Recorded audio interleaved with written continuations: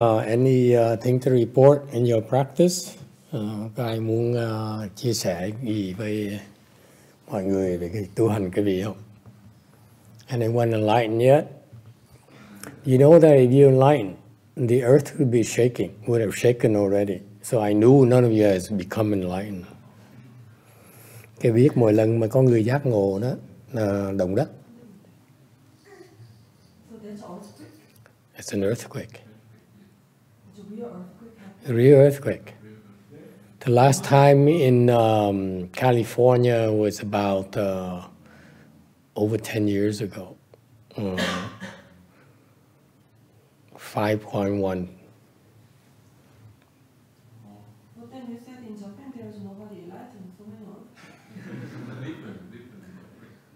What's the difference in the earthquakes? Cái động đất nó khác nhau chỗ nào? If you have an earthquake, that's a lot of death and devastation. That's a bad sign. It's karmic retribution.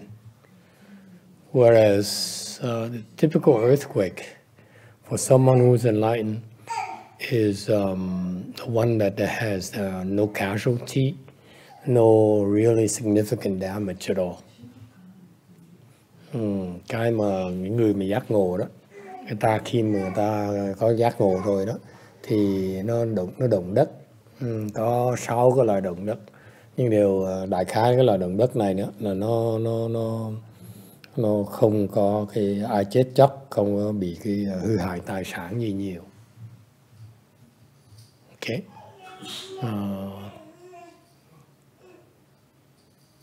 So the higher level of enlightenment, the heavier the earthquake, but never to the point where there's so significant collateral damage or something. Cái người mà càng trình độ mà giác ngộ càng cao đó, thì cái động đất á, trình độ động đất nó càng mạnh, mà không bao giờ có người chết. Never ever a casualty.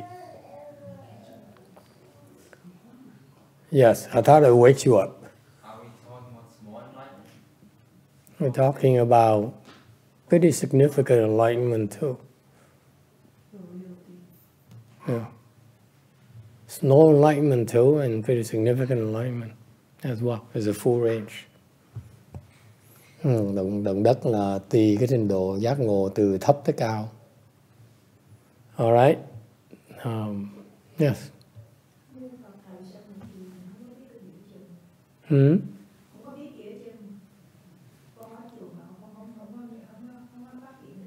Không có đụng đậy gì hết á. Cái chùa này là nghĩa là vô vọng rồi. Mình tu hoài chả có kết quả gì hết á.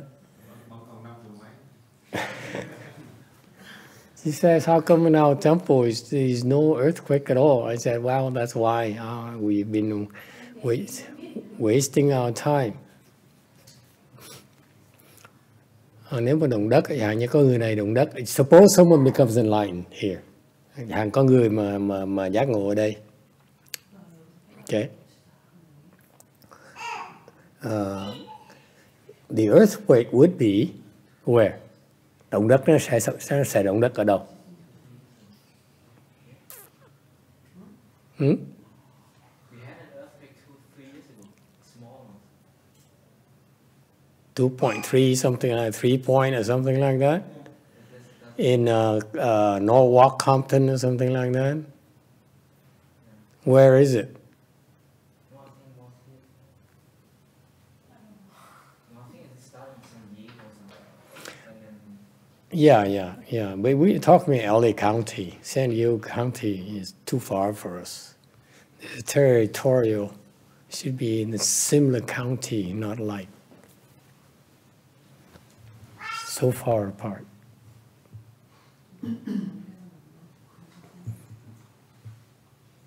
Okay. Tùy cái See, if you were someone who is enlightened here in Rosemead, California, unfortunately, they would never have an earthquake in Rosemead, California.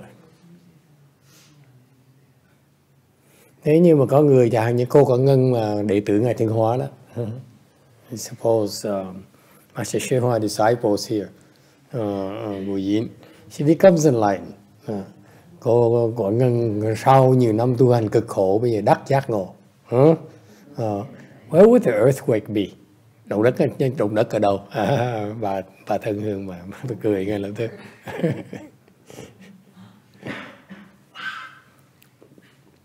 Certainly not in Rosemead. Không động đất ở Rosemead đâu. It's too obvious. Đâu có lộ ra được như vậy.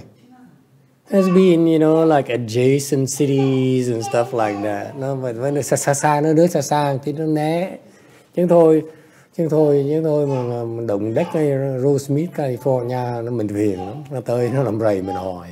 If it really happens in Rosemead, California, then the whole world will be coming to Rosemead, California looking for someone who's enlightened.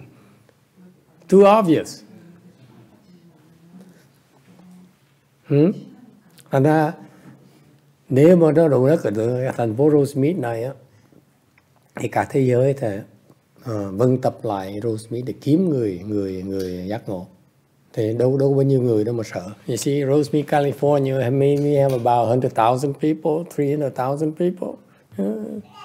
It's not hard to figure out who's enlightened after a while. That's why thành ra cái động đất á, nó xích ra để mình không thể nào đoán được cái chỗ người nào ở đó. Chỉ biết cái vòng chính đó. So you can know LA County, someone became enlightened. You know là trong cái LA County có người đã đắc giác ngộ chừng đó thôi. Okay. It shows that there's not any significant enlightenment in LA County yet for a while.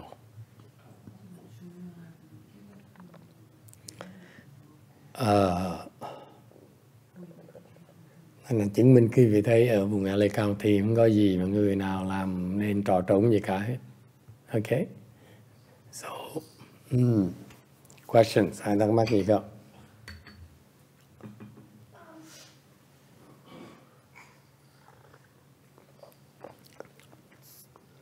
Another aspect of it is that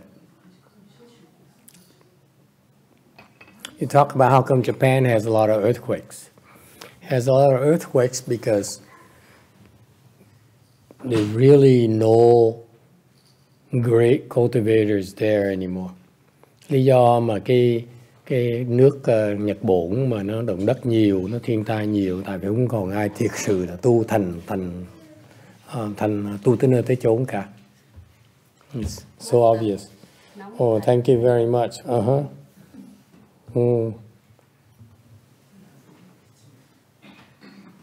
Hey, Jenny, what happened to my straws? It's hot. I assume. Oh, you don't want to give me straws? Yeah, because hot, you don't need the straw. Okay. I don't want to burn your tongue. Yeah, that's good thinking. Yeah. But it's true though. I assume it's hot. Thank you.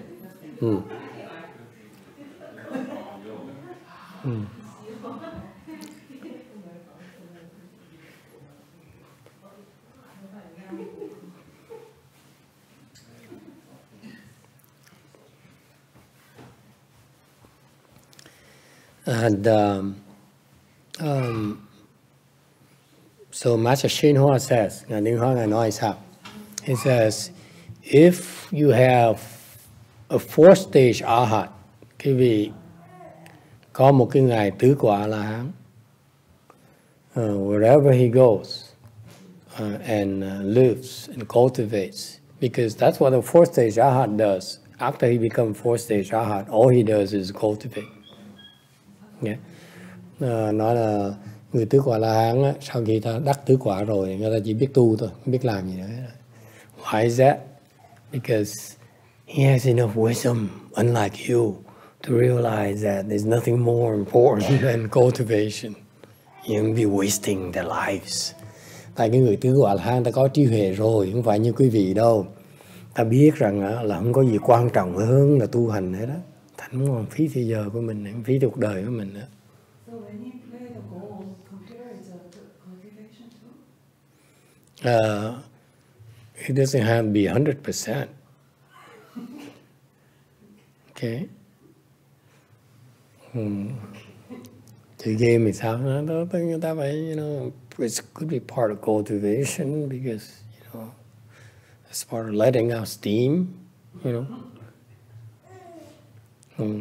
Có thể là tại vì người ta phải xả hơi ra, nó sao? It's a part of a normal thing. You don't understand all these things. Vì đâu có hiểu được. They happen for a reason. Người ta làm đó tới trình độ đó, họ làm có một lý do của họ. At their levels, they do things for a reason. So it's not up to us to make judgment upon them. Thành cái trình độ chúng ta thấp hơn á, thì không nên là chỉ trích người ta hoặc là phê bình những chuyện người ta làm. Okay, these people, give an example, ví dụ they do things to disguise themselves so that people, so that the people leave them alone. Như họ làm những cái chuyện như vậy để khiến người ta khinh thường họ, để người ta để họ yên mà họ tu. Thế như vậy. And you never know why they're doing these things. Ngành khó mà nói được lắm. But you look at the results of these people. They cultivate, and because of that, they bring peace and security and prosperity to their own communities. Vì vậy, họ đem lại cái sự an toàn, cái sự an ninh và cái sự thịnh vượng cho cái xã hội cộng đồng của họ. Okay.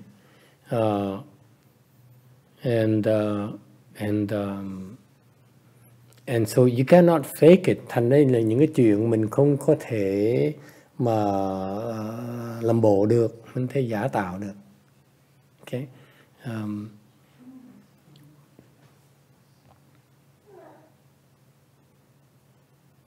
All right. So anyway, let's continue our roots of being human. Tiếp tục nói về cái căn bản của căn bản của làm con người là cái gì? Excuse me. 8 virtues. 8 cái đức.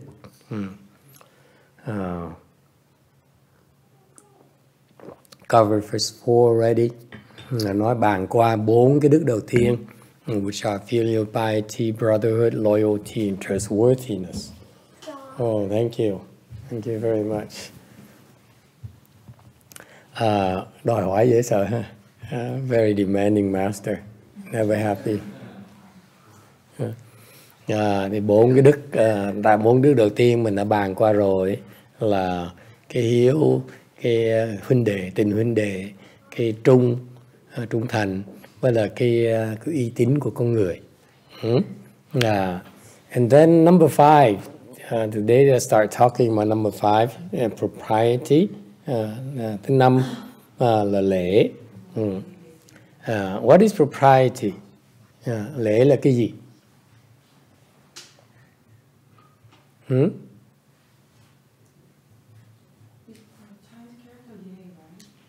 Yeah, lì.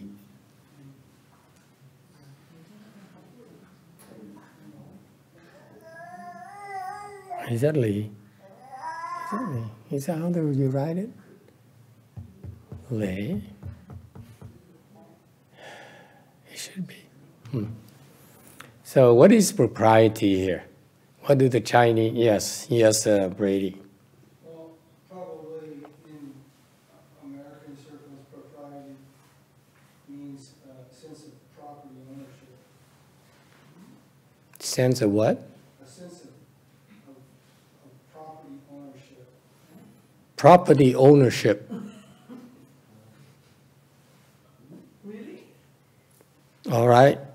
Property ownership. Propriety. Proprietor. Mình làm chủ của cải, của tài sản.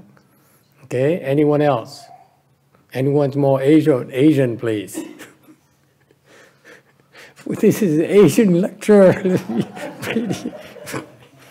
Darn it. This is an Asian lecture.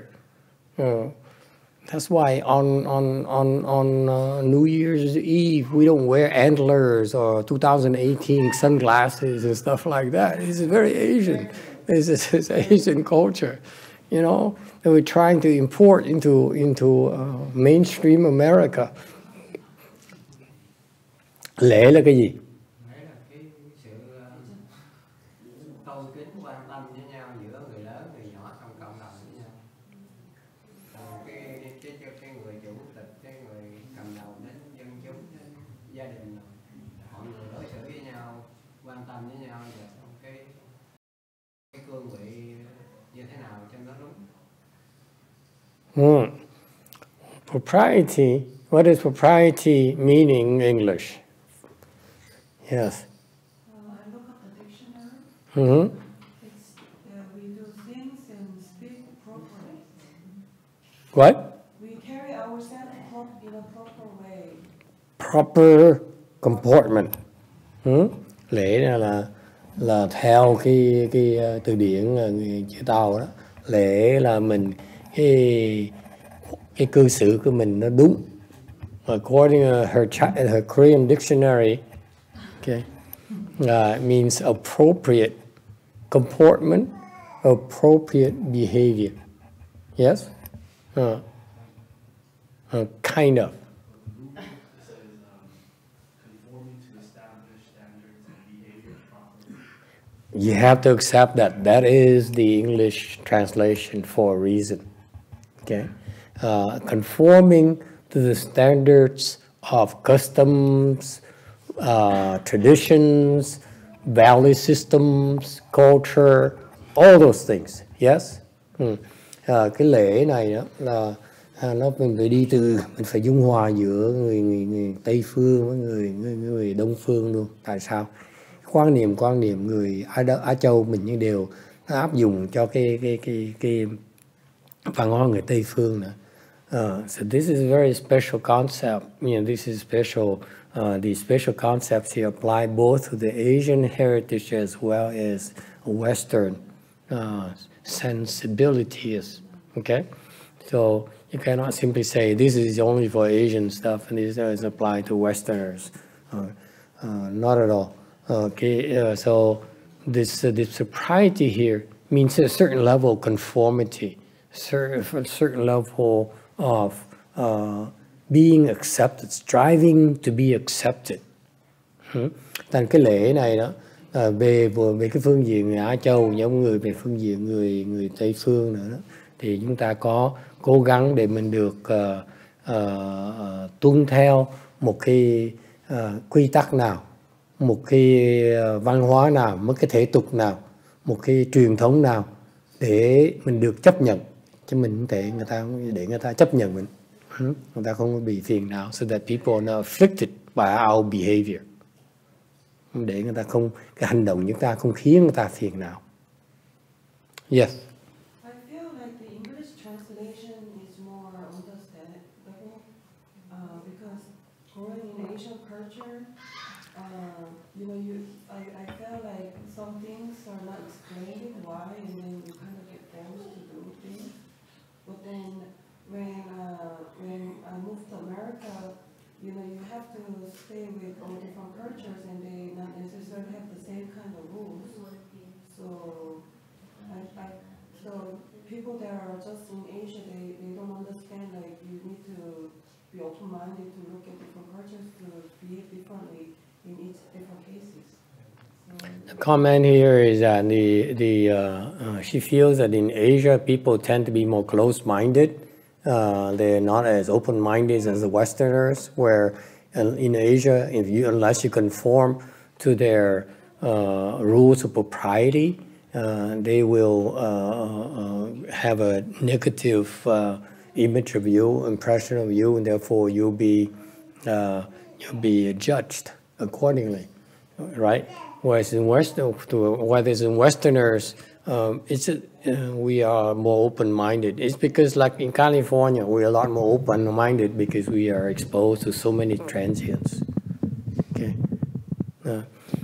Chẳng như cái tiểu bang Cali này chúng ta đó, là cái tinh thần chúng ta nó cởi mở hơn nhiều, là tại vì gặp nhiều đi qua đây tạm thời thì không ai ở lâu đâu. Okay. Còn như thời bên Á Châu mình á, là mình ở một chỗ hoài. Whereas in Asia we stay in the same place like 5 generations.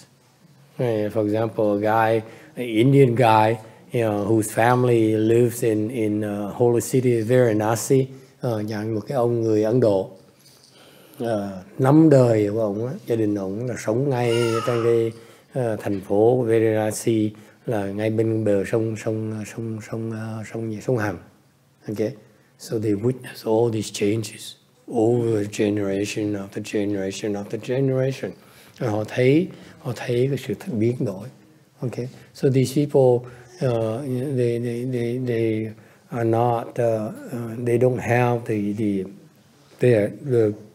don't have the open-mindedness that the people who have been exposed to different requirements. Là mấy người đó họ ít cái tâm thần ít cởi mở hơn, thầy không có cái nhu cầu để mà cởi mở như vậy.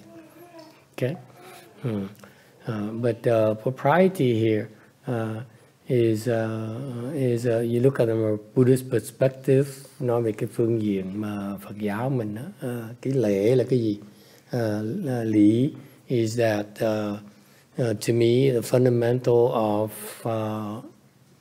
of not afflicting people. Lễ đối với thầy á, là cái căn bản nhất của cái lễ là mình làm cái gì để mà không khiến người ta phiền não. Okay, in particular, we are even a very small temple. Bây giờ chùa chúng ta nó rất là nhỏ. But I keep on emphasizing to my students and all of you, để đương thầy nhấn mạnh cái chuyện đó. Mahayana, the Mahayana we practice is for everyone. Thầy cứ nói hoài đó, cái Phật giáo mà mình đang tu này là Phật giáo của mọi người. It's not just for the Vietnamese, không phải riêng người Việt Nam. Not just for the Chinese, riêng người Tàu. Okay. We take the best of what they have on these cultures. Mình thu góp lại tất cả cái hay của mỗi cái văn hóa. Okay. And we utilize it to help people with the different cultures, different backgrounds, different beliefs. And mình cố gắng hết sức mình để mình giúp đỡ, mình hiểu, có cái sự cởi mở trong tâm thần và cái sự hiểu biết để mình có thể giúp tất cả mọi người trong tất cả các loài văn hóa, cái loài tình trạng xã hội. Alright, so and so in order to help others, the first rule of thumb is not to afflict them, and until it's time to afflict them. Muốn giúp người ta là đầu tiên hết á, mình phải có cái biết là không nên khiến người ta phiền não cho tới khi mình có thể làm người ta phiền não được. Okay. If you meet them with someone for the first time, you do something that offends them because you don't have the appropriate behavior, the appropriate comportment, you don't have a chance. There's no further contact. Giống như mình gặp người ta lần đầu tiên, mình thiếu cái lịch sự, thì làm sao mà mình có cơ hội để có thể nói pháp cho người ta nghe được. I remember I love to hear these little tidbits about my master. Hồi xưa thầy thích nghe mấy chuyện này về Ngài Tiến Hóa. Because I never had a chance to be near him to learn from, to observe him and learn from him directly. Thầy cũng đủ phước để mà được bên cạnh Ngài Tiến Hóa để mà học hỏi, quan sát học hỏi Ngài Tiến Hóa. So he says my master would walk around during at the temple, and then he would say to someone. Rồi xong ông đi, Ngài Tiến Hóa đi làm vòng trong chùa đó. Xong this is a Sunday, buổi Chủ nhật đó. He said to someone in perfect Vietnamese, nói với người với một cái người kia mà cái tiếng Việt nó thuần dễ sợ. mời cô đi dùng cơm. She says, will you come and have lunch? In Vietnamese, pure Vietnamese, not even an accent. Probably central accent to me, if you ask me. Okay. You ask a perfect accent. But anyway, so the people were very surprised by that. Nên cái đó là cái mà người ta nghe ta ngạc nhiên. Even the Vietnamese admitted that, you know, he had no accent. He even invited. So it tells you that he took the time to learn from his Vietnamese disciples. So đó chứng minh cái vị thấy rằng đó, Ngài Tây Hóa, Ngài bỏ thì giờ Ngài học, bị biểu cái người đệ tử mình học đó, dạy đâu không? Cái danh từ mời ta dùng cơm nói sao? She says, this lady says, that's very interesting. It says, his Vietnamese disciples would say, đi ăn trưa nha. Right? His disciples would use a much more familiar form of address. They would, whereas Master YongHua is very, very, very polite, very formal, very, very, very polite. Mời cô đi dùng cơm. And it is, and that I remember those things because even to him, as an example of the lack of propriety is no excuse, no matter how busy you are. Nó chứng minh cho quý vị thấy, đối với một cái người quan trọng như là vị Đại Bồ Tát như Ngài Tiến Hóa đó, mà mặc dù người ta bận rộn dễ sợ lắm đó, mà phải bỏ thì giờ học về cái cái lễ nghi để mà mình có thể giao tế với người khác. Alright, so that's why I try to impress upon my students that we should keep on improving in our etiquette, our rules of propriety. Nên là khuyên trò này càng ngày mình phải khéo léo hơn, mình phải tế nhị hơn để mà biết cái lễ nghi để mình có thể giúp đỡ nhiều người cái văn hóa khác nhau. So that we can handle more and more of the newcomers. Okay. But Koreans do make comments that they like it here because they feel comfortable. Yeah, that's the other part. Behind the propriety is a mindset, a welcoming mindset, a respecting mindset of appreciating the presence. Thì cái người cô Đà Hàn, đệ tử của thầy có nói là người Đà Hàn mà mới tới đây họ rất thích, họ nói đây rất là thoải mái. Thầy nói là cái thoải mái đó là không phải là vì cái nghi lễ của mình, mà tại mình hiểu cái văn hóa người ta. Mình hiểu thì cái căn bản của cái nghi lễ là cái tâm của mình. Cái tâm mình là cái tâm của hoan nghênh người ta tới. Cái tâm mình là tâm rất là tự tại, không có yêu cầu không cần mong mỏi như người ta hết. Okay. Cái tâm mình muốn giúp người ta, tâm kính trọng người ta. Alright. So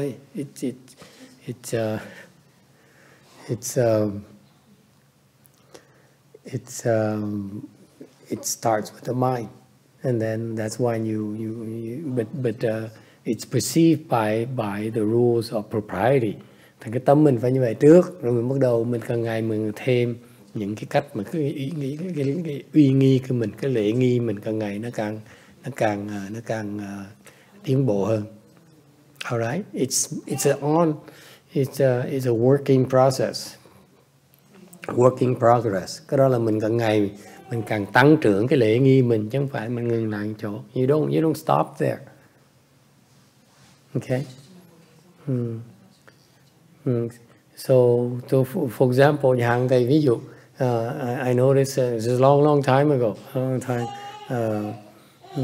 My students are used to handling white collar level professionals. Học trò thầy lúc mấy năm trước lúc thầy còn bị nạn đó, thì thì đệ tử thầy thì biết nó có sức nó nói chuyện với những cái người mà gọi là có công ăn việc làm.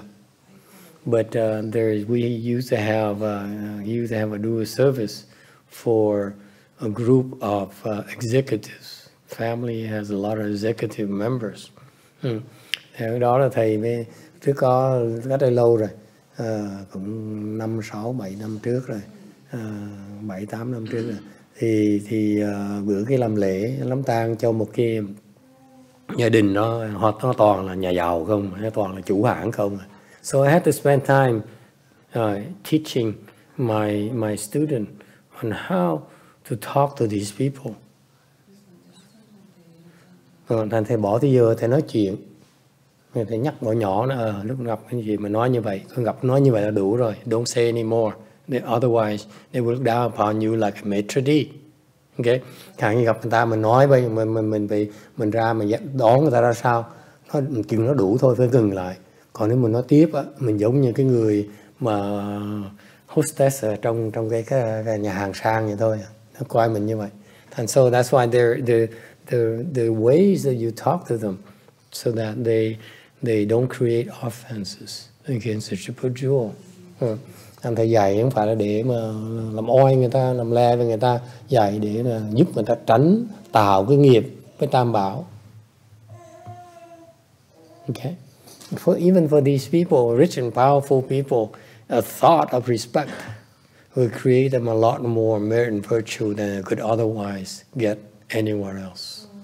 Và na mình nghĩ nó xa như vậy đó, người ta giàu bao nhiêu đó, ta có quyền thế bao nhiêu đó, mà nếu cái tâm họ, cái tâm sự kính trọng với mình, người đại diện của tam bảo, thì họ tạo cái phước mà họ không có thể có bất cứ chỗ nào khác, bất cứ chỗ chùa nào khác.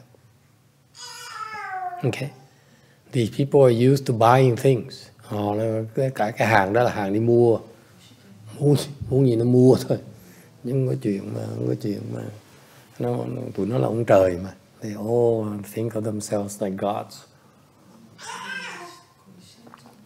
Okay, so the propriety is a work in progress. Cái lễ đó là cái mà mình luôn luôn mình vuông trồng thêm. Okay.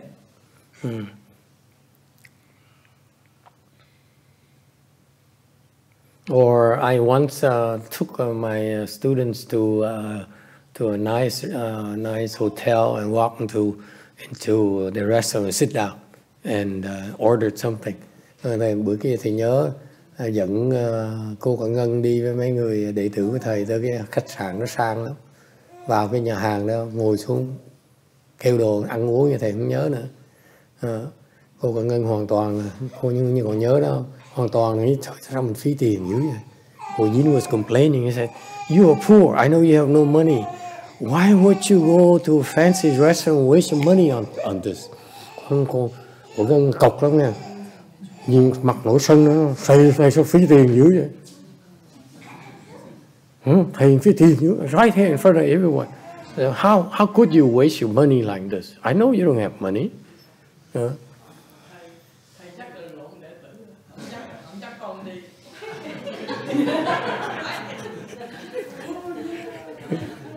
Her sister says, "Next time take me."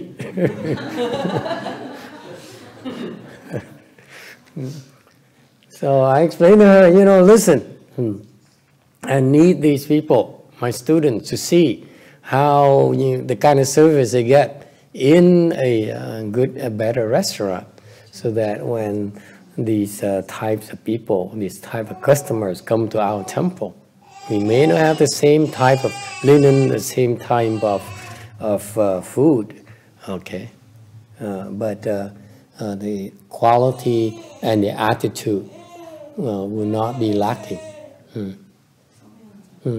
Đây mới nói với cô là mặc dầu cái chùa mình, đồ ăn chùa mình không bao giờ ngon như nhà hàng này, hoặc là nó sang trọng nhà hàng này, nhưng đều cái thái độ mình, cái hiểu biết của mình không thua người ta đâu. Đó là cái quan trọng. Right? Như vậy nó đủ nhớ. That's why I remember. Okay. Again, do things that help them create a good impression and ultimately lack a sense of respect. Thành ra cái mình làm ở chùa này, mặc dù nó nhỏ nhỏ thôi, những cái cử chỉ nhỏ nhỏ mình, cái thái độ nhỏ nhỏ mình, nó khiến người ta tạo một cái thiện cảm, tạo sự cung kính đối với Tam Bảo. Thì đó là cái lễ, cái dùng của cái lễ của chúng ta. And that is perfectly the use of the rules of propriety, improving our propriety at this temple. Okay?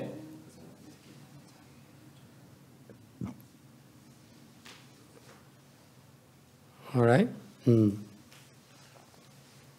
Any questions?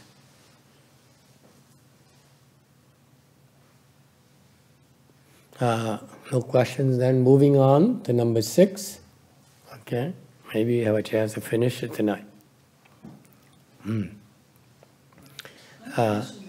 Yes. So you know the lady from San Jose, Korean one, they just left. Yoonji. Yeah. Young. She's what? Yoonji Yong. Yeah. Yeah.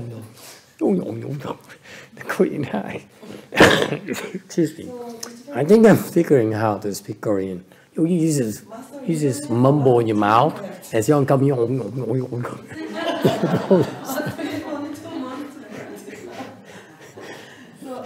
Your language is so difficult to make out the point. The sound is not very distinctive, but it's very distinctive to you. But for us, it's not distinctive at all. It's very distinctive.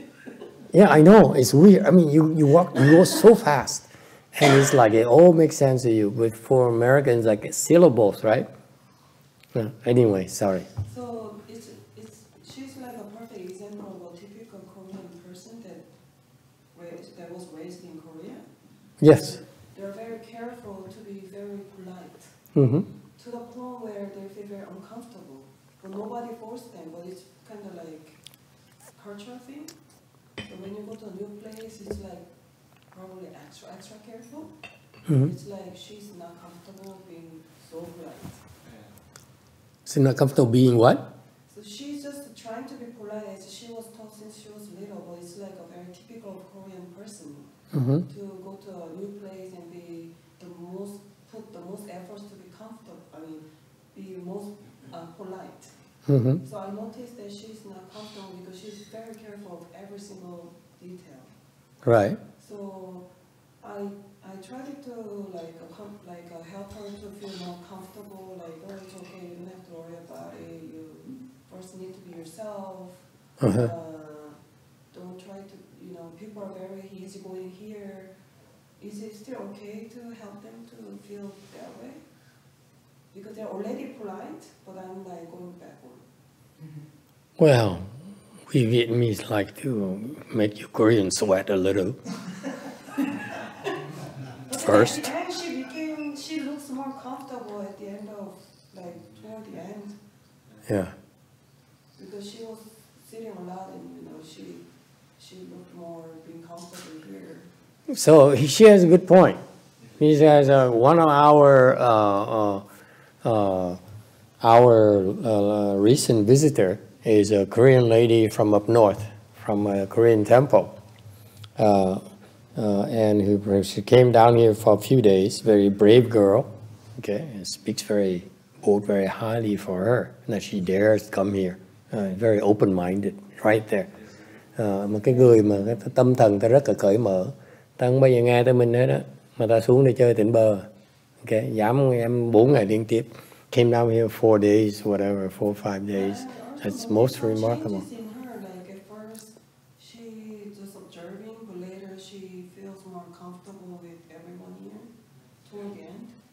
Mm-hmm. So, yeah, is it okay to encourage people to feel more comfortable than be too polite? It's kind of you asked too many questions. There's so many points there, and I'm even I'm struggling with remembering them all. But that's okay. If you anyway, so she came down here. And Shana says she knows that this is a comportment of a typical Korean bred person, adult. Cô Shana cô nói á, cái thái độ cô Đại Hàn kia đó là thái độ một cái người mà theo cái lễ nghi phong tục của người Đại Hàn bên kia đó. Okay, so what is their rules of propriety? Extreme politeness. Yes. Cái phong tục họ ra sao? Họ cực kỳ lịch sự. What else?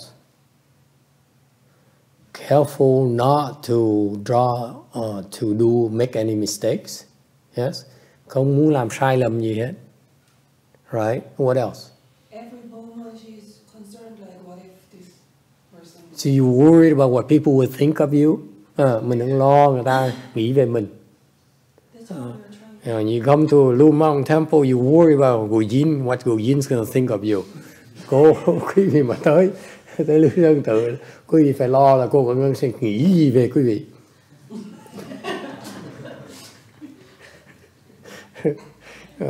No matter what Master says, it still have to pass Gujin's muster. Thầy nói là chuyện của thầy, mà cuối cùng cô Quảng Ngân phải đồng ý mới xong chuyện. Okay, now, what else?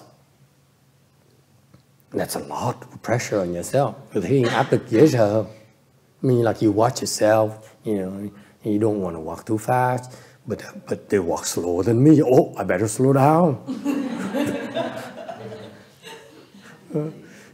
Mình đang đi đang chậm chạp, nhưng bỗng nhiên ủa, cái cô còn đi còn chậm hơn mình nữa, phải đi chậm hơn nữa, không được. Okay. And quý vị thấy áp lực dễ sợ. They put so much pressure on themselves. It's not just the Koreans, by the way. I noticed the Taiwanese do the same thing. Để ý cái người Đài Loan cũng làm như vậy. They also do that. Not as in the Taiwanese way. The Koreans have their own quirks in the body movements and so forth. How the body movements different in Taiwanese, but they all pretty extreme. You ask me. Đối với thầy, cái người Đài Loan cũng vậy. Ta có những cái cử chỉ mà nó hơi cứng cáp vậy, very robotic. What about the Chinese? Hey June, are you awake?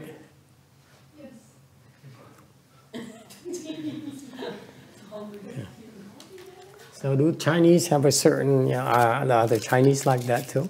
In terms that they're extremely polite, they don't want to offend, they want to draw attention to themselves, they don't want to make a mistake. That's also very Taiwanese. The Chinese have certain things like that too, where you actually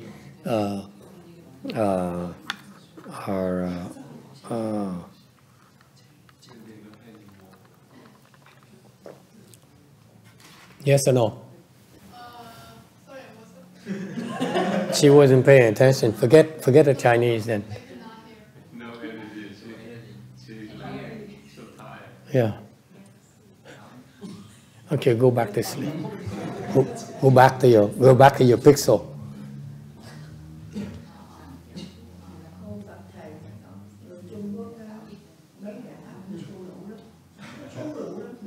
Chu lũ.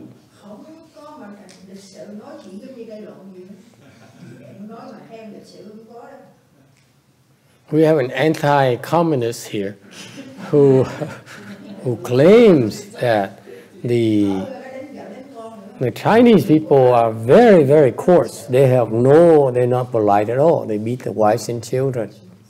And that's why I need to preface it. I don't want to offend Mr. Xi Jinping. I'm still waiting, hoping he'll give me some money for my new churches. Anyway, I think typically the Koreans, I notice Koreans and the Taiwanese are pay more attention on the li, on the propriety, more so than the Chinese and the Vietnamese. Okay, để ý mấy cái đó nhiều hơn. So the point here is that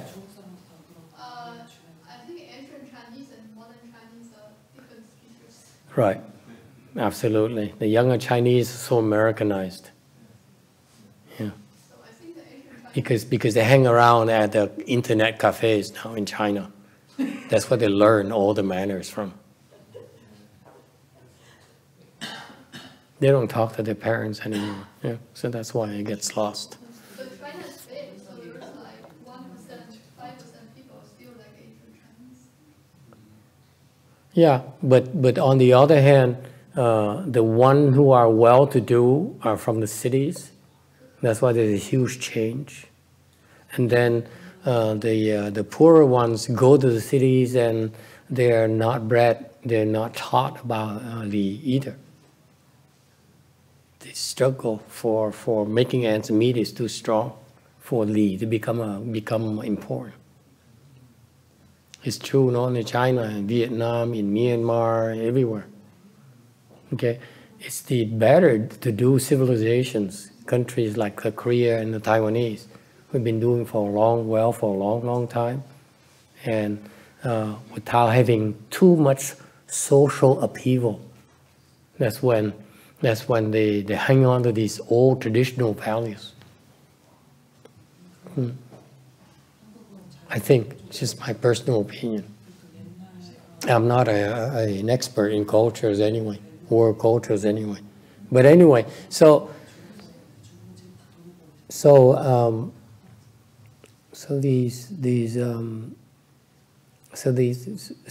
she came. This Korean lady came, and you can tell that she's very formal. Try to fit in and everything. And so China told, oh, don't worry, they're like, they don't know what they're doing here. You can take it easy, you know. Cô ra là cô nói đừng có lo, mấy ông này cà lâm lắm, cô quản lắm. Yeah. You should have used the word wishy-washy. Yeah, they're very wishy-washy. Some days is this, some days, and more days like that. You never can tell, so don't worry about it. Okay. Bữa thì ăn cay thì cay, bữa thì ăn mặn thì mặn, bữa nhiều đường. Mình biết em. You do fasting? What's the matter with you? Okay, sorry. Yes. Master, those same characteristics that you posed to see if that was a Chinese form of behavior, that's pretty common, I think. For instance, Americans are from British descent typically, originally. Yeah. British are very, very yes. known for those. Yes, very stiff. Yes. Characteristics. Yes. Standoffish, quiet, very polite. Yes. And heaven forbid they don't want to humiliate themselves. Right. Right. They would rather Right. walk out and It's cross-cultural. I agree with that. Thank you. Hôm nay ông nói không phải riêng người ở châu quý vị không, mà còn mấy người Anh chẳng hạn, người ta cũng như vậy luôn. Ta cũng tránh cái thông giữ uy nghi, rồi ta cũng cứng cáp như vậy. Họ sợ làm mình phiền não. Okay, that's true. It's so true. It's a certain level of upbringing, social status. That is usually you can observe that.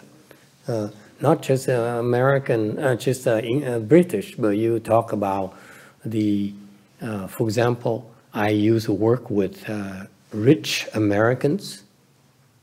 Okay, không phải riêng người bên người Anh, mà chẳng hạn trước thì làm việc với mấy người giàu như sao. I noticed that the rich folks, they spend a lot of time training their children not to be in the way, to observe certain etiquette of behavior. Người xứ Mỹ này, người giàu đó, gia đình giàu đó, họ dạy con gái về cái điều tiền họ, cái mà họ tránh đầu tiên hết là con cái họ không có được vi phạm những cái khiến họ mất mặt. Okay, first rule is that you will not make me lose face. Therefore, you walk a certain way, you sit a certain way, you dress a certain way. Thành vì vậy, con phải mặc áo như vậy, phải đi như vậy, phải cười được như vậy thôi. Okay, that's how you're gonna smile. This is how you're gonna laugh. Okay, you cannot do otherwise you will make me lose face. Còn nếu không sẽ mất mặt cha mẹ không được. Okay, so anyway, there's certain etiquettes that we important to people. Thành có những cái nghi lễ mà nó quan trọng cho mọi cái văn hóa hết.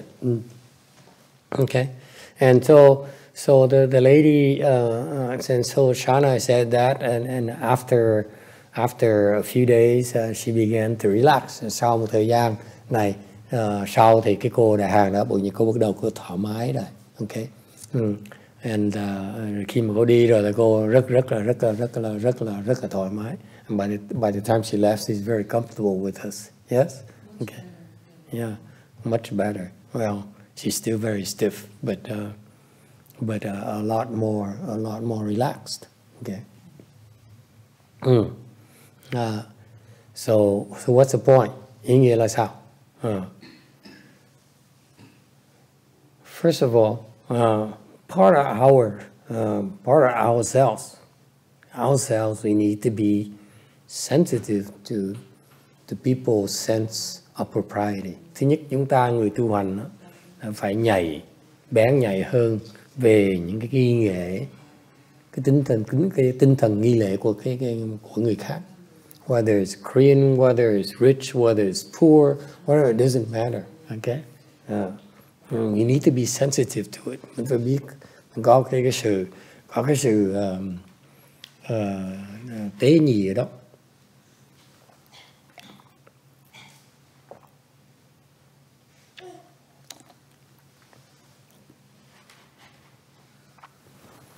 All right.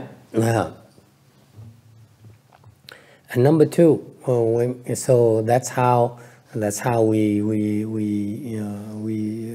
the first contact supposed to be. But underneath it, underlying that is this.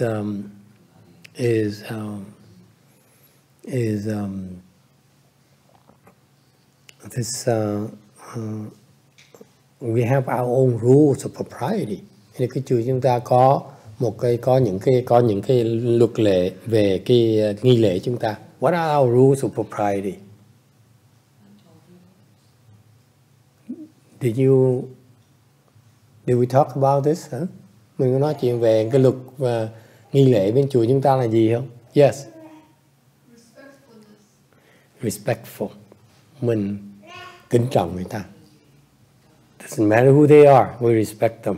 Even if they come here with ulterior motives, hoặc tới đây với có những cái âm mưu, mình vẫn kính trọng người ta. We still respect them.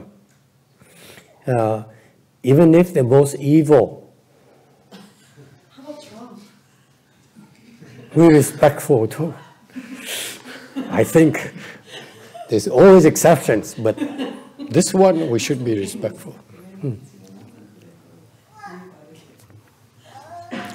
We make fun of him. You guys are not fair. We keep on making fun of this guy. Come on. He represents a third of the country. You realize that? It baffles me. A third of the people surveyed still like him. 50% disapprove of him. Yeah. Cái vì tức cười cái ông tổng thống mình đó là 1/3 của nước này là vẫn thích ông như thường. After a year of disasters, a third of the country still behind him, 50% do not like him at all. Okay. 50% người xứ Mỹ này là không thích ông, tổng thống, mà 1/3 là vẫn thích ông như thường. What does it tell you? Có nghĩa là sao? They're not bothered about who he is because he represents them. Sự thật á, là họ không có phiền là tại vì ông này đại diện cho những cái họ đại biểu cho họ. That's the truth. Okay. But of course, among those 33%, there are people who are taking advantage of him. Okay, but the minority. Okay, so it tells you, to me it's fascinating when in that survey right there, but it tells you the proportions, the makeup of America. Đối với thầy qua cái đó thầy thấy nó vui, là thầy tò mò qua thử là cái xứ Mỹ hàng người nó là sao. Tại mình trước kia mình sống trong cái thành phố không, mình biết I live in the city since I came to America, so I have no idea what it's like to be outside the cities. So his base is basically less educated people. Rõ ràng cái ông này là hàng người khác, nhưng khác chúng ta. All right. So our rules of propriety, cái như là respectful, we respectful, okay. Even though we disagree, mình kính trọng ta mặc dù mình không đồng ý. Even though they're evil, mặc dù ta ác đi nữa, mình vẫn kính trọng ta như thường. Even if they come and try to harm us, tới đây mà cố gắng hại chúng ta, mình vẫn trọng người ta như thường. Okay.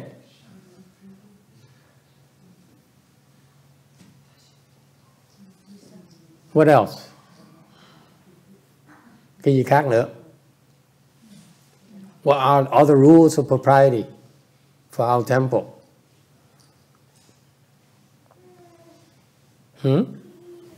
What are the other rules?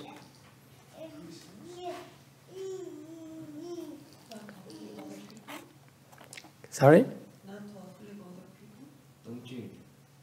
Don't drink. Okay. What are the rules? Huh? Yes.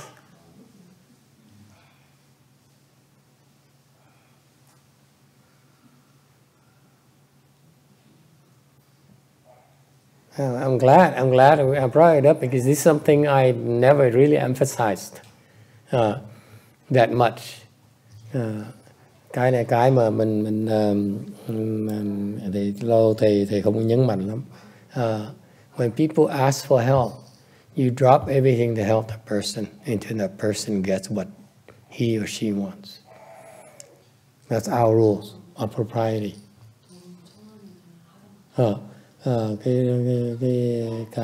Cái lễ chúng mình là sao? Tại dạng như người ta hỏi mình thì mình sẽ bỏ hết tất cả mình giúp người ta, cho khi người ta được rồi mình quay làm lại cho mình. So for example, where's the bathroom? Nghe hỏi phòng tắm ở đâu? You say, don't go. Okay. Đừng làm như vậy, đi qua. Thì đó hơn, sang quẹo tay phải, tay trái sang quẹo tay phải, gặp cái cửa thứ ba rồi quẹo đi vào cái cửa đó, rồi trước khi vào cửa nhớ gõ lại xong nó khóa lại nghe chưa? No. You say, bathroom? Oh, no problem. Here, let me show you. All right. Where's master? I don't know.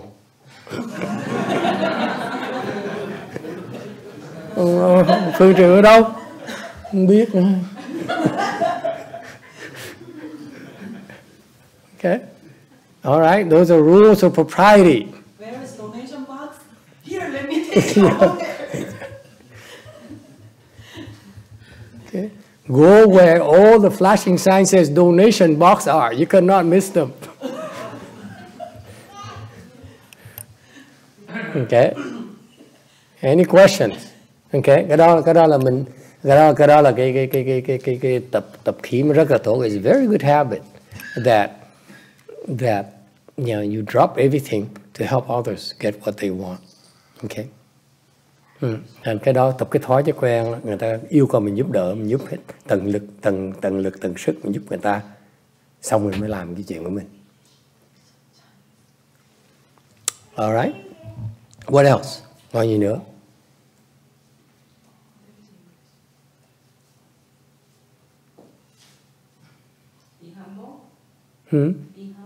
Be humble. Mình khiêm tốn. No need to be humble. No need to be humble. We are beggars. There's no need to be beggars. No need to be humble. Mình phải khiêm tốn. Thành ai thấy xin lỗi. Dù chúng tôi toàn là người ăn mày không cần phải khiêm tốn. Yeah. All right. Okay. What else? Còn gì nữa? Don't tell what to do unless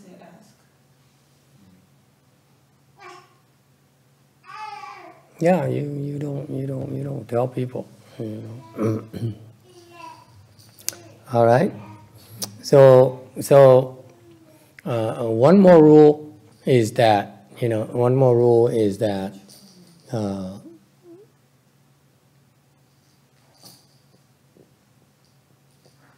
một cái khác là gì cô Quang Ngân?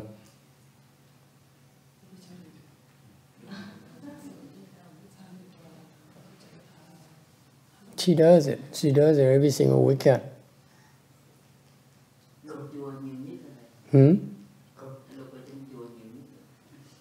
Lục trong chùa nhiều nhất hả? Phải nói cuối tuần đó, cô Ngân tới á. She comes here in the weekend, gets her own vegetable and cut it. Nấu, tới nấu ăn, xong rồi mời để ăn. Eat some more. So she was a de facto my kitchen manager for a long time. Tại trước khi mà có mấy cái sư cô nhiều hơn á, thì cô Quảng Ngân là làm hỏa đầu. Mà hơn hỏa đầu nữa là cái thái độ đó là khi mà người ta vào ăn đồ ăn, mời ta ăn, cái tâm đó là ăn thêm tí nữa. That's very important to the Asians. Nó quan trọng, người Á Châu rất là quan trọng, đúng không? Ăn thêm đi, cái này ngon, nó ăn thêm tí nữa. So it's the Asians, it's very important for them to come and they feel like, yeah, they care for me, they give me something good to eat. That's very important. You feel welcome. Người ta cảm thấy là người ta hoan nghênh mình tới cái chùa. That's very important. I couldn't do that. Hồi trước thầy đâu có làm gì được, because I'd be selling, I'd be selling the temple. This is lay people's work, not our work, not leftful people's work. Đây là chuyện người tại gia, phải chuyện người xuất gia. Người xuất gia không thể nào cười giả lả được. Leftful people cannot be kowtowing to lay people. Okay. In contrast, leftful people should actually be cold and be distant, as per my master's tradition. Ngược lại, cái người xuất gia theo hệ thống ngài Tiến Hóa đó là mình phải dửng dưng, mình phải xa biệt, chứ không thể nào mà ấy được, không thể nào mà vùng vã được. Okay. But so what I'm talking about is kindness. Tôi nói về cái từ tâm. Okay. There's an unspoken rule here. We try to be kind to the visitors. Cái chùa này là ý thầy nói là cái luật của mình đó, cái lễ của mình đó là mình tử tế, từ bi với người ta tới chùa. You know, because truth of the matter is that part of the reasons of our temple is to provide liberal relief for the stress, for suffering people experience out there.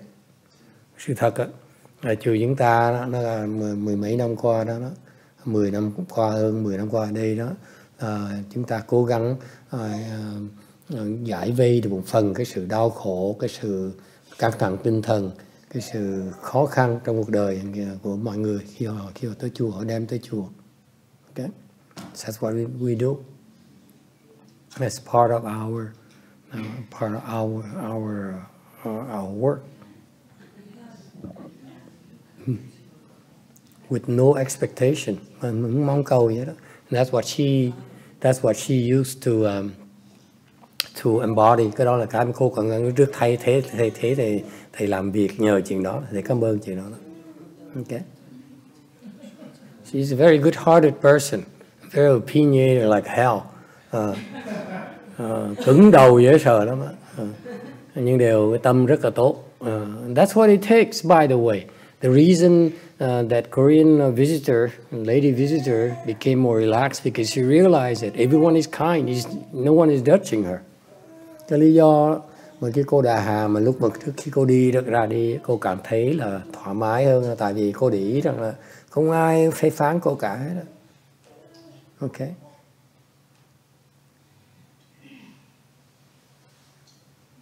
All right? Questions? Oh, Master, something that you didn't know, but as far as for temple, it's good. That what my sister did, but for business way, it's not good. Yeah, I know. my brother let her, open a restaurant and let her in charge, and then she orders people to come eat for free. But yeah, our business is eat a lot and bring them out, eat for free. No, pay. Pay expense. Temple is good. The temple, yeah, not good for business.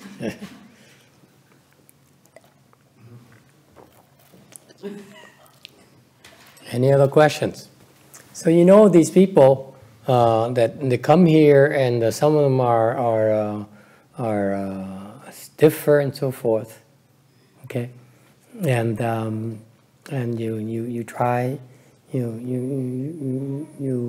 What can you do? Just let them be themselves. Eventually, they adjust for themselves because we pose no threat to them. Thành người ta tới mà ta có vẻ gay cứng, người ta có vẻ căng thẳng một tí, mình để người ta làm, kệ người ta làm như kệ người ta, mình chỉ làm chuyện mình thôi. Từ từ họ thấy họ không cần phải căng thẳng. Non-action, don't need to do anything. Just we be ourselves. That's all.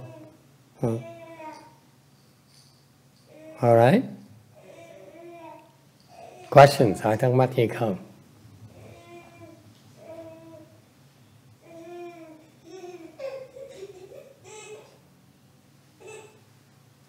All right. Number 6, số 6. Righteousness. Nghĩa. What is righteousness? Nghĩa là sao?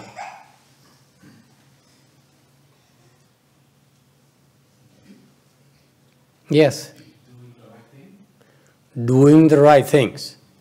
Làm cái mà nó đúng. Yes. Okay. What else?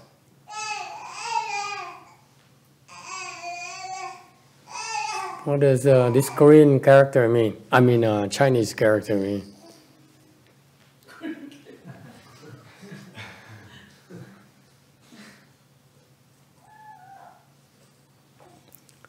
What does kanji character mean? Yes. What does it mean?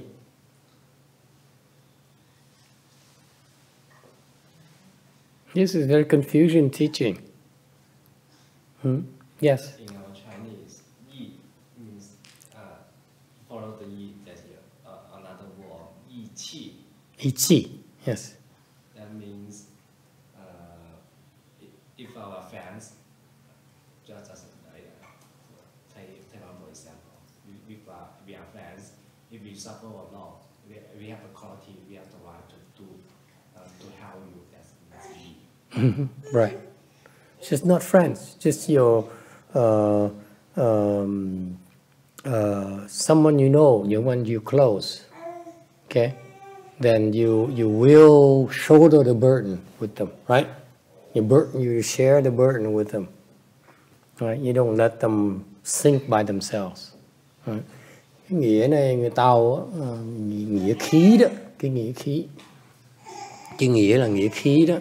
Thì đối với người Tàu đó, cái người mà mình quen với nhau đó, thì mình giúp đỡ người ta, nghĩa khí, người ta không, mình không bỏ chạy, người ta kẹp mình không có bỏ chạy. Okay.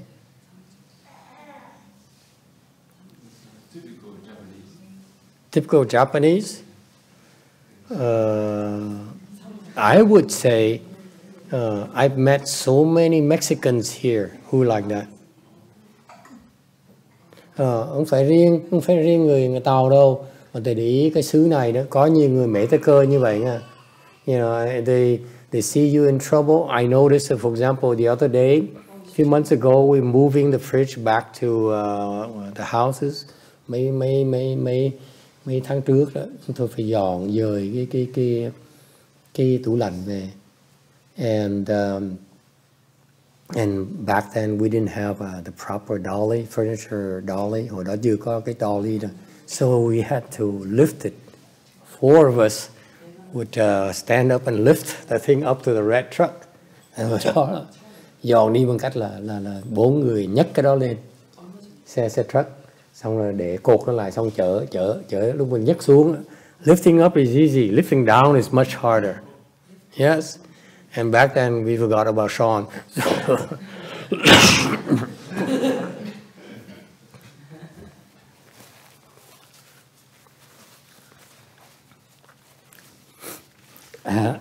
Excuse me.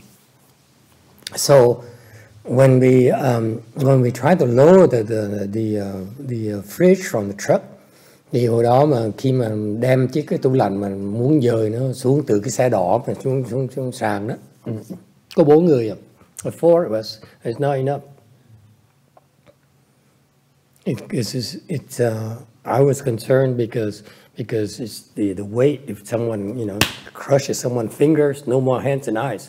Họ nó sợ lắm, thầy sợ tại vì học trò thầy nó mấy thằng nhóc nó khùng đó. Nó nằm dưới dưới, nó phèo phổi, nó phọc ra hết, hoặc là tay nó mất một vài ngón tay là khỏi dùng tủ nhã nó luôn nè.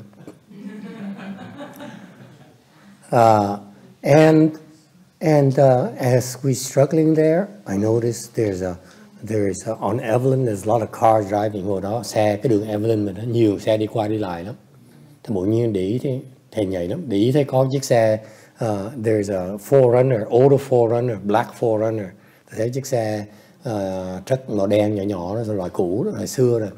Nó từ xa, it's very far away, slow down, you watching me and slow down, and he stop in front of the church. Đi từ tới rồi, chân đứng lại, dừng xe lại trước nhà thờ, xa lắm, còn xa lắm. And then he sat there, and I said, why is he watching? Nó coi gì vậy? It turns out, within a couple of minutes, a Mexican gentleman came out and said, you need help? Rồi khoảng chừng một vài phút sau, ông mẹ tới cơ trong xe đi ra ngoài, quý vị cần giúp không? Nói cần chứ. So he helped us lower the thing into the fridge, onto the ground and push it into the house. And that's now my girls has a fridge. Nhờ như vậy đó, nhờ cái ông nó giúp như vậy đó, thì mới dám đem cái máy lạnh xuống, tủ lạnh xuống, đem vào nhà cho mấy cô có tủ lạnh mà xài. Okay, it's not the first time. I noticed the Mexicans have this sense of righteousness. It's Catholic root, I think the Catholic is very strong at that. I think.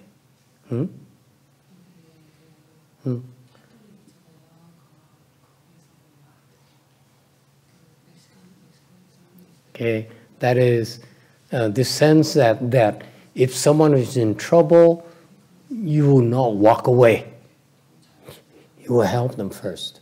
Thành đây là cái nghĩa này có nghĩa là khi mình gặp người ta lâm nạn đó, mình không thể nào bỏ đi được.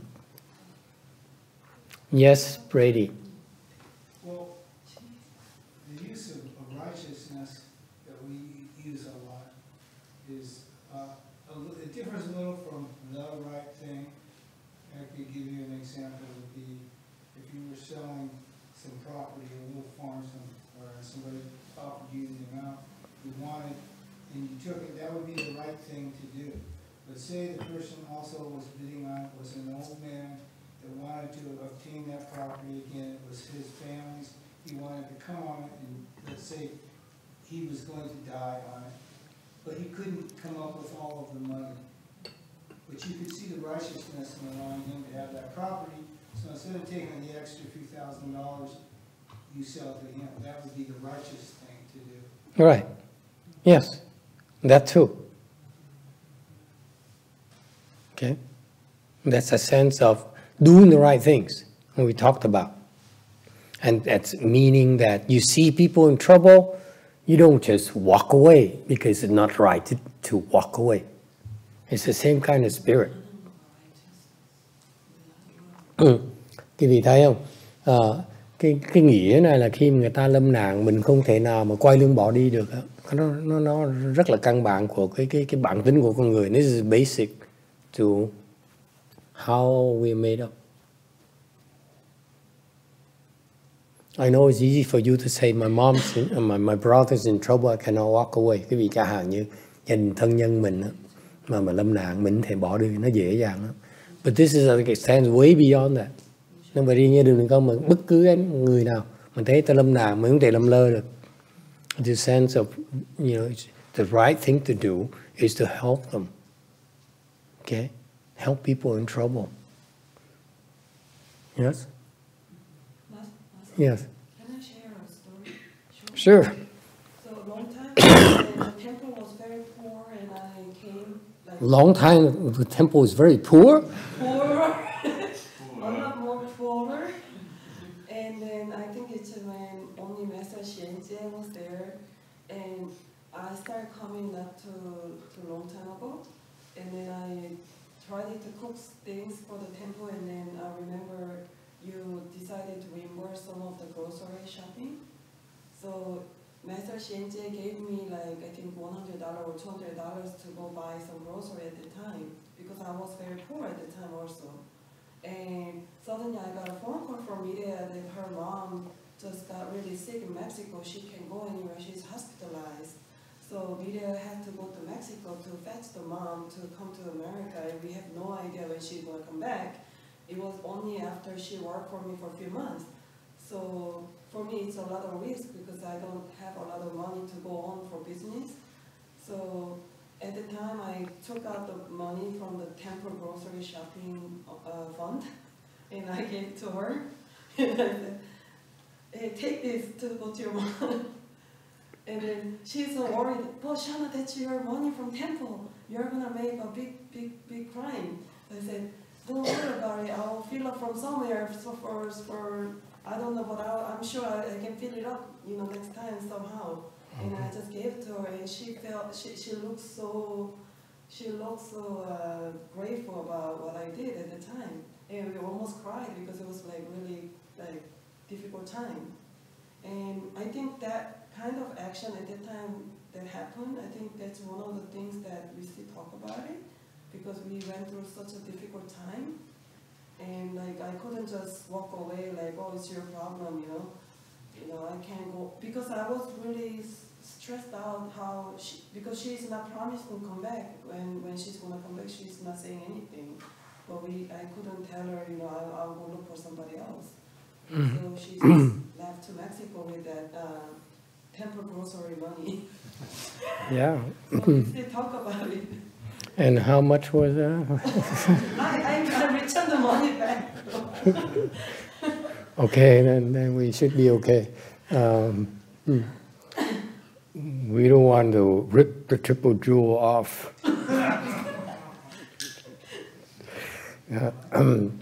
This sense of righteousness here is like I talked about that Mexican gentleman who helped us. Or helped us to move the fridge into the house from the red truck. So we actually offered him some money. He says, no. Not just, you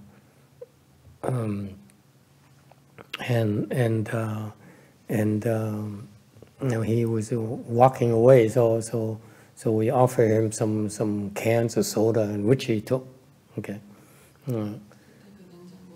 Thì hồi đó là cái ông mà mẹ tê cơ mà ông Tâm giúp chúng ta đó là ông sau cái thầy đưa tiền cho ông chấp nhận, ông nói là không, tôi giúp thôi, ông lấy tiền, thầy mới mời ông mới đi uống nước thì ông nhận.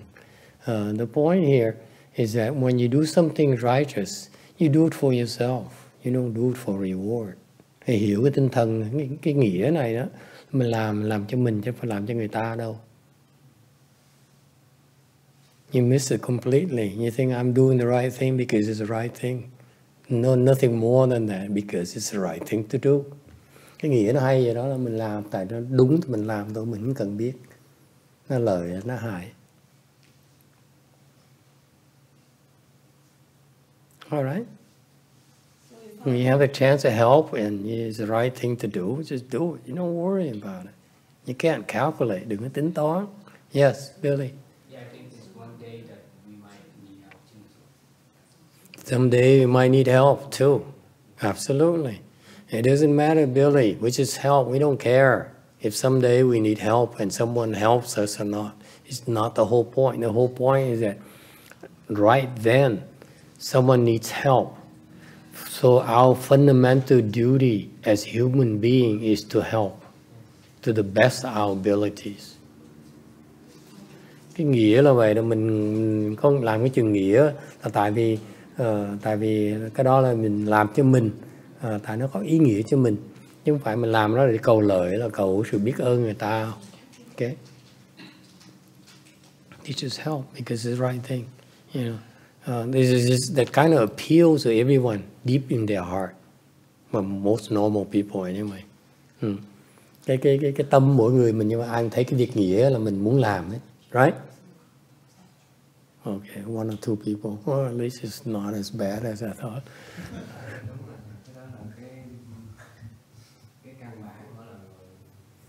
That's how you feel inside your heart.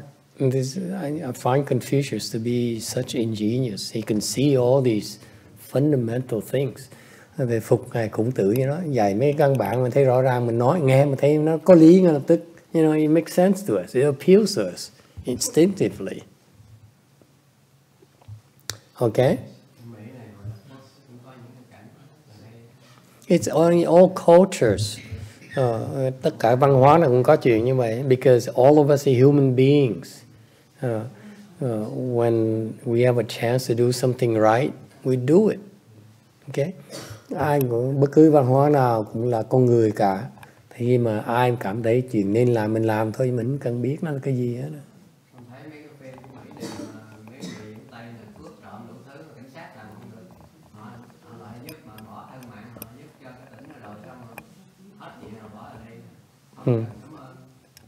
Yeah, so that's why you see these daily news heroes where the guy comes from nowhere and jumps into a burning car and pull the car driver out of the car.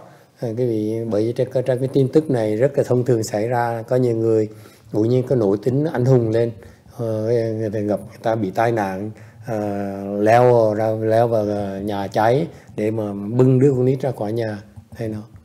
Thành ra cái đó chuyện thông thường. This instinct of righteousness is in everyone. Cái tinh thần của cái nghĩa này nó tất cả trong mọi người chúng ta.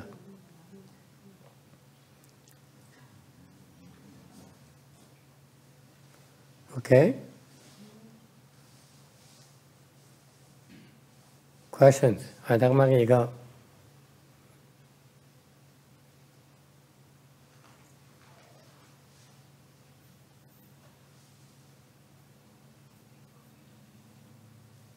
All right, maybe we try to finish it.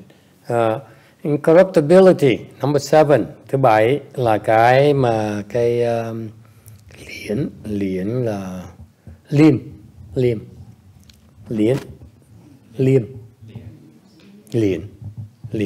Okay, thank you. Liễn is incorruptibility. What does it mean? Liêm nghĩa là sao? Là liêm sĩ đó.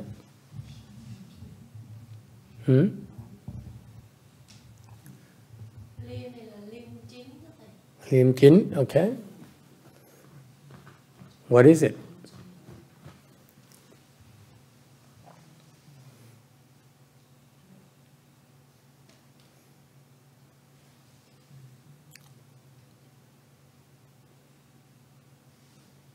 Yes.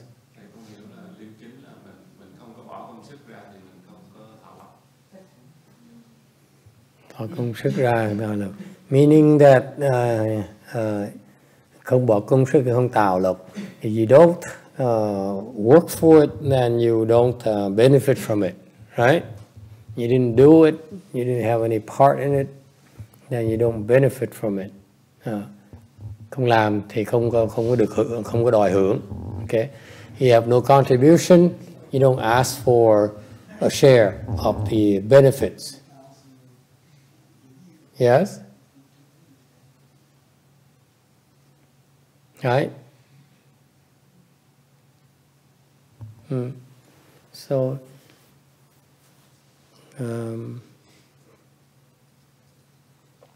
anyone else? Có ai có ý kiến gì khác không? Yes. Isn't it more like when you work for a company, somebody come and give you a gift, and then you give the other vendor a choice because they give you a gift? You don't do that.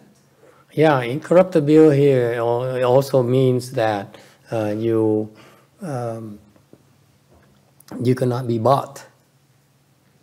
Okay.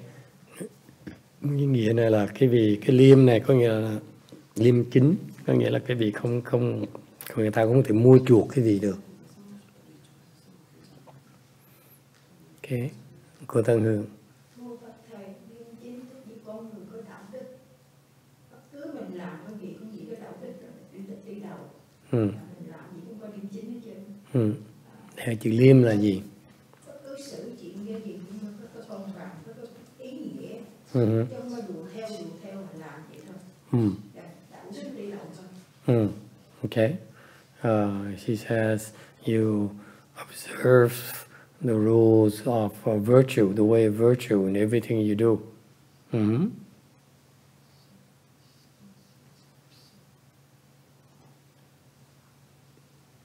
Okay. Anyone else? Ai có ý kiến gì khác không? Liêm.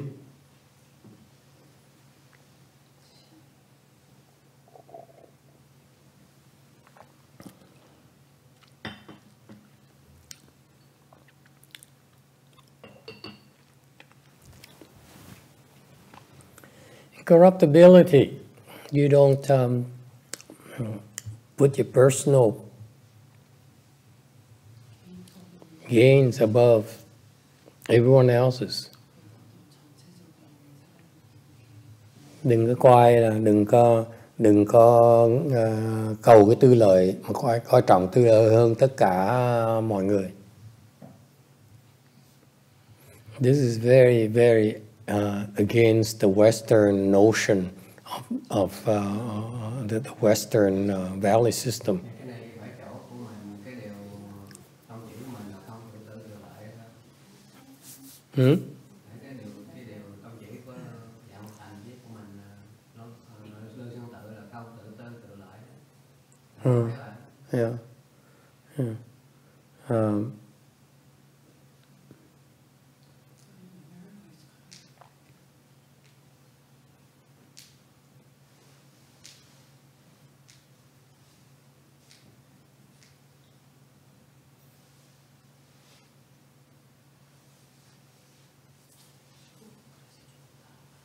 We're all struggling because it's not something we normally do, apparently.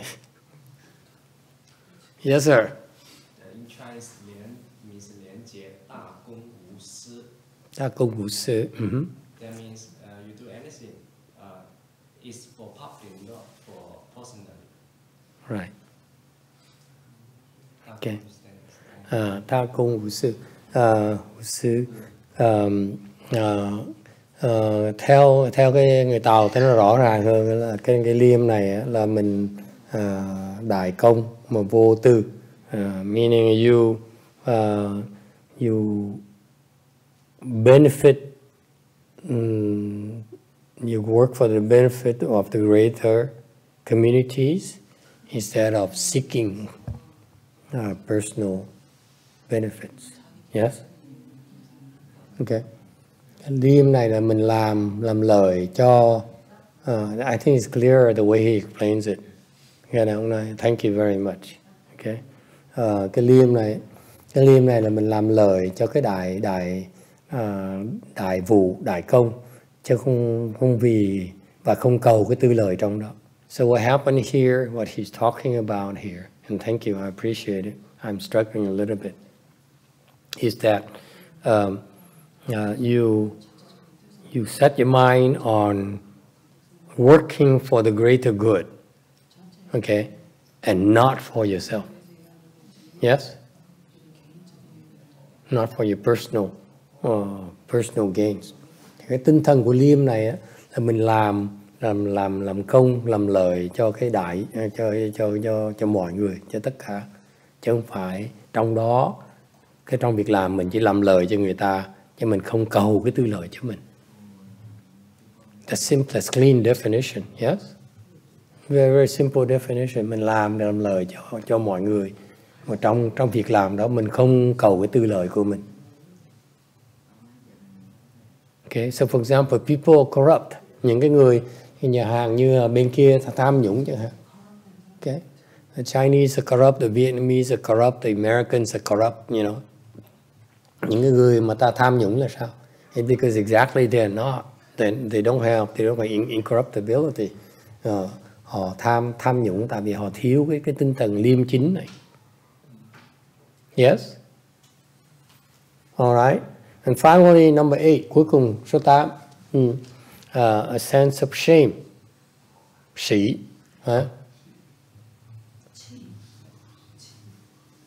Sỉ. Okay. Sense of shame. What is it?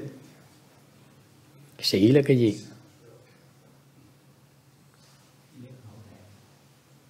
Sỉ là sỉ nhục.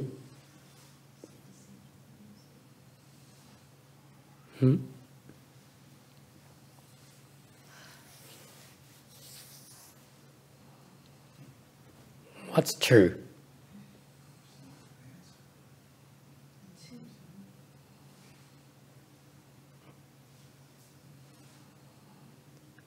Yes.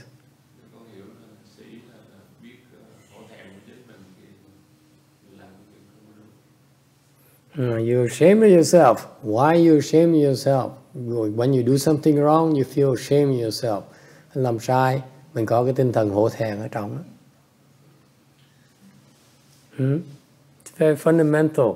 If you realize you're wrong, you should have a sense of shame. Khi mà cái rất là căn bản, khi quý vị biết rằng mình có sự sai lầm, mình phải biết hổ thẹn. Because you have no sense of shame when you know you're wrong, now you make the same thing, same mistake over and over again. Tại nếu quý vị biết mình sai mà không thấy hổ thẹn tí nào hết đó, thì quý vị sẽ tiếp tục làm cái chuyện sai lầm đó hoài.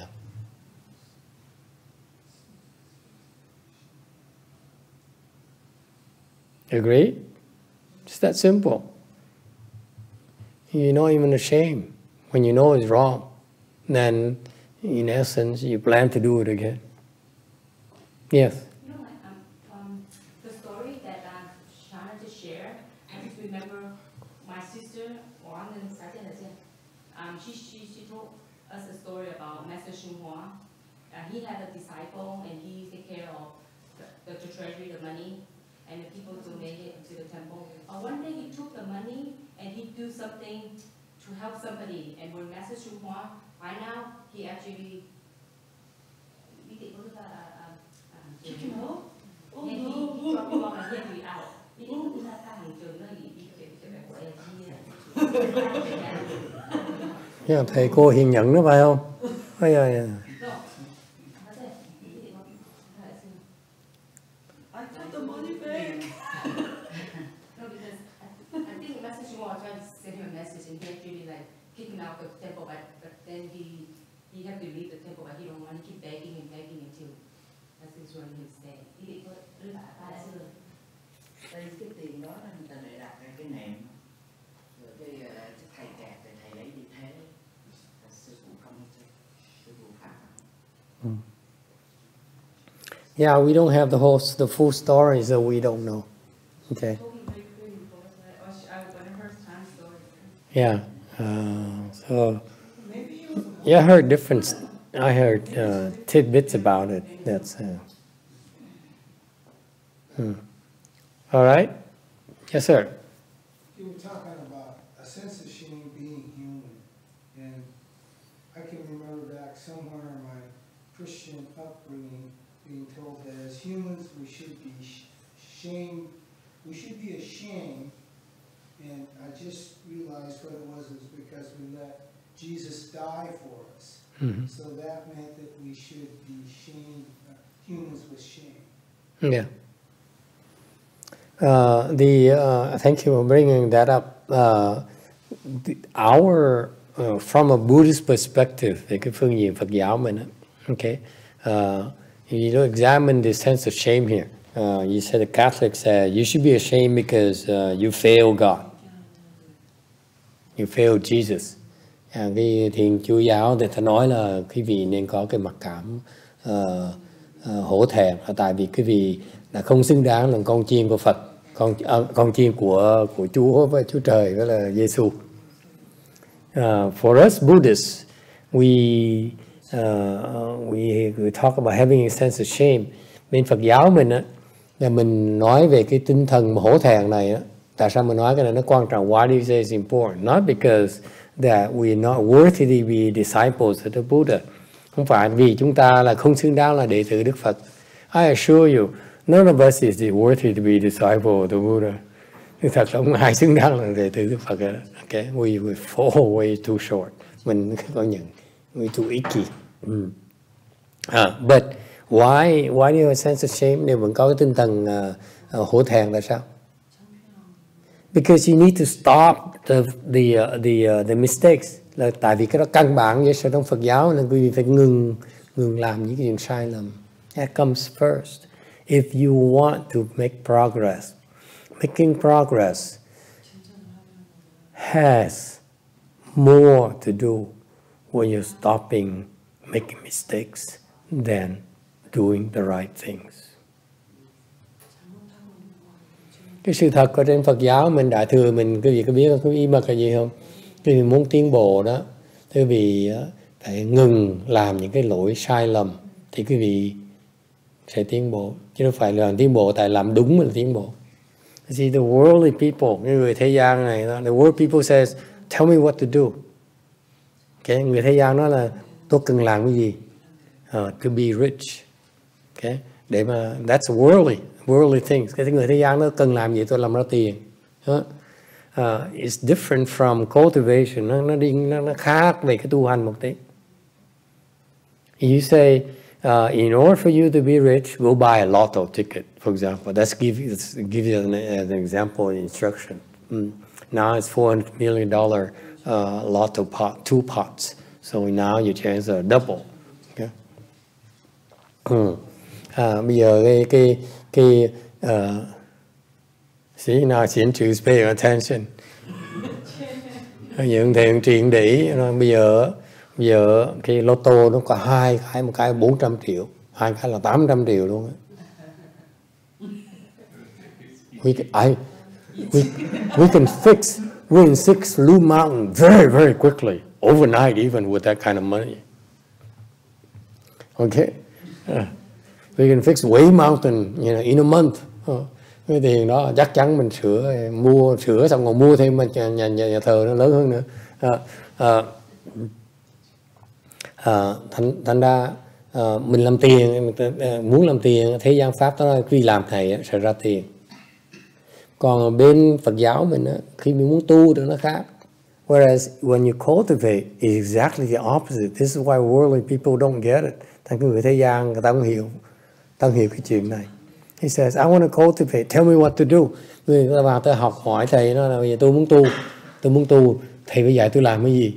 The instruction is that not to do this, not to do that. First, Phật giáo mình muốn tu đó là đừng làm cái này, đừng làm cái nọ. Đó là việc đầu tiên. That's the first thing you do. Because as long you keep on doing the right things, no matter how many rights you do, you still won't make it. Thành ra cái Phật giáo mình nó khác cái thế gian pháp chỗ đó. Cái vì có làm tùng thủ nhãn đi biết bao nhiêu triệu biến một ngày đi nữa, mà cái vị vẫn đi tạo nghiệp, cái vị không cách nào mà thành công được. You can be practicing 42 hands and eyes 3,000 times a day. And then you go out and create all kinds of offenses against the triple jewel. Forget it. You never make it. Never, ever. Ví dụ như vậy. So that's why in Buddhism, this sense of shame is very important because it stops us from sinking any further. Okay? Nên cái tinh thần hổ thẹn đối với Phật giáo rất là quan trọng.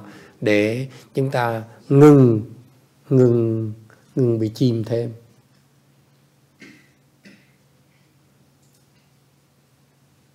And if you make corrections, then you stop doing those things and you actually are begin to improve naturally. Cái việc ngừng vì cái hổ thẹn mà ngừng làm chuyện sai lầm thì tự động mình sẽ tiến bộ.